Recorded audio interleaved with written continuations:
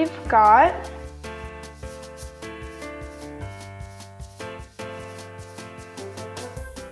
Okay, so it comes with a little instruction booklet, and this is our block of excavation. It's plastic underneath, and on top is like the clay sand material, and actually you can already see my my nails make a little indentation, so you can tell it's soft enough that you can kind of dig up whatever's underneath. Okay, here's a bag with some more supplies and tools.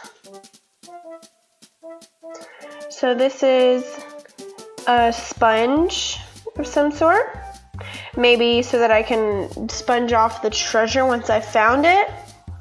This looks like a tool from the dentist's office, but probably to pick at the sand. I don't know. And on the other side, it's like a hammer. I think there's a metal in there. You can see through the cracks. It's pretty heavy. Yeah, it almost hurts if I hit my hand with it. So it's got a good solid weight to it. Nice little hammer.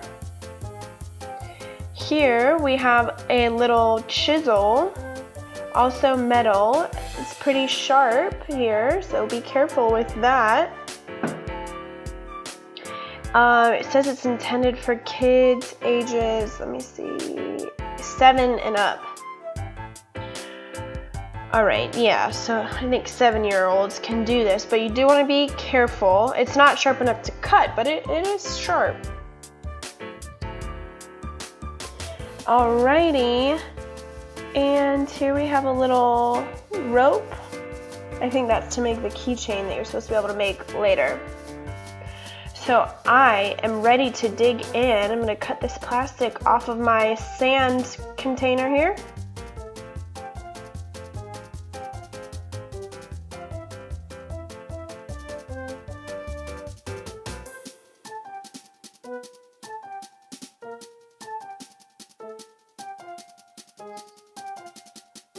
Okay. Not quite sure how I'm supposed to start. I wonder if the instructions give me a strategy. Here's some pictures from real excavations and archaeologists. That's pretty cool. Okay, let me see over here. So first you want to set up your workspace, get out your tools ready, which we have, and some water. And then here, you're supposed to set it up like a real archaeologist and use the sponge to make squares and make a little grid, and then make the sponge wet and make one square wet at a time so that you can just look in a one grid instead of just randomly digging it with no order to it. So then you can see there, you get it wet, and then you dig up one square at a time. So I'm going to go ahead and do that as they suggested. So lay the sponge here, and I'm going to use the chisel here. I'm going to do it like a real archaeologist, but I don't need my lines to be perfectly straight, so I'm just going to kind of eyeball it here.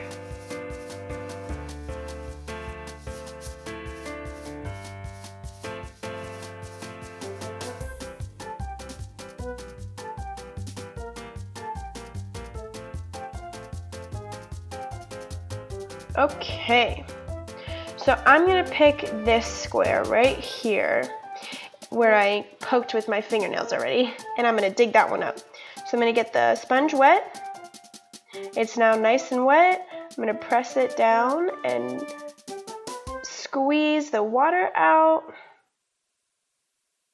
Get it nice and wet. And go ahead and get started with my excavation.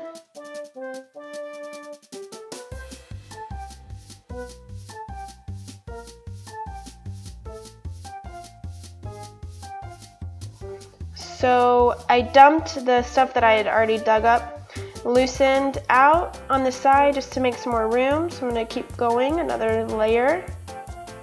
I hope I find something in this square.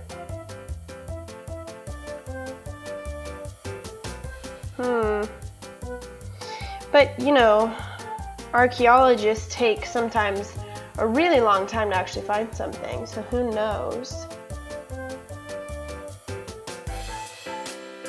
I'm gonna dump some of this out again. Okay, I kept working for a little while and so far nothing, and it's dry down here again. The water didn't get all the way down. So it's pretty dry. It's a little harder to pick at.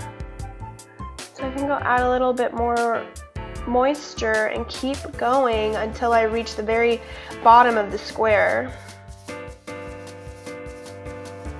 I found something! Yay! I kept going, and there's something dark down here. I think maybe a coin.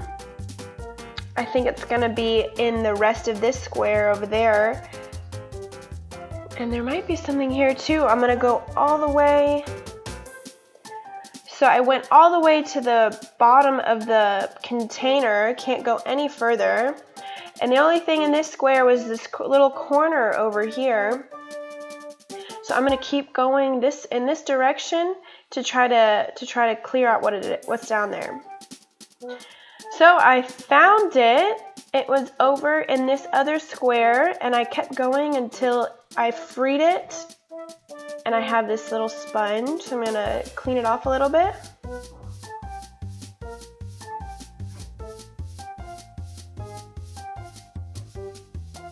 And it's a